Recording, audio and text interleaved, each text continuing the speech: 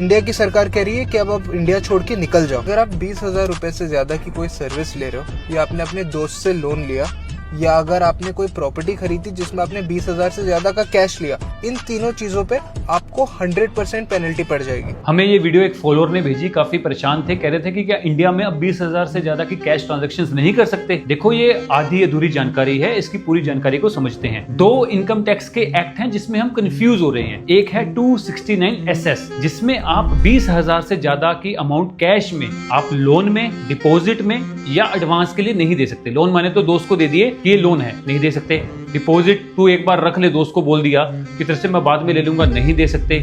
या एडवांस, मान लो अपने प्रॉपर्टी की डील करी तो बयाने में आप अगर मान लो कैश में 50,000 दे रहे हो तो वो नहीं कर सकते। दूसरा एक्ट है 269ST, जिसमें आप 2 लाख तक की ट्रांजैक्शन कैश में कर सकते हो अगर आप किसी से कोई सर्विसेज लेते हो। इससे ज्यादा कैश में नहीं कर सकते। मान लीजिए आपने कोई सर्विस ली जिसका बिल बना 3 लाख रुपए, एक सिंगल इनवॉइस होना चाहिए, सिंगल पर्सन होना चाहिए, सिंगल डे में आप ट्रांजेक्शन कर सकते हो। तो आप 1.5 लाख रुपए कैश में दे दो, 1.5 लाख रुपए बैंकिंग के थ्रू दे दो, तो ये वैलिड ट्रांजेक्शन है। दोस्तों प्रॉपर जानकारी लीजिए और इजी है फाइनेंस को फॉलो कर लीजिए।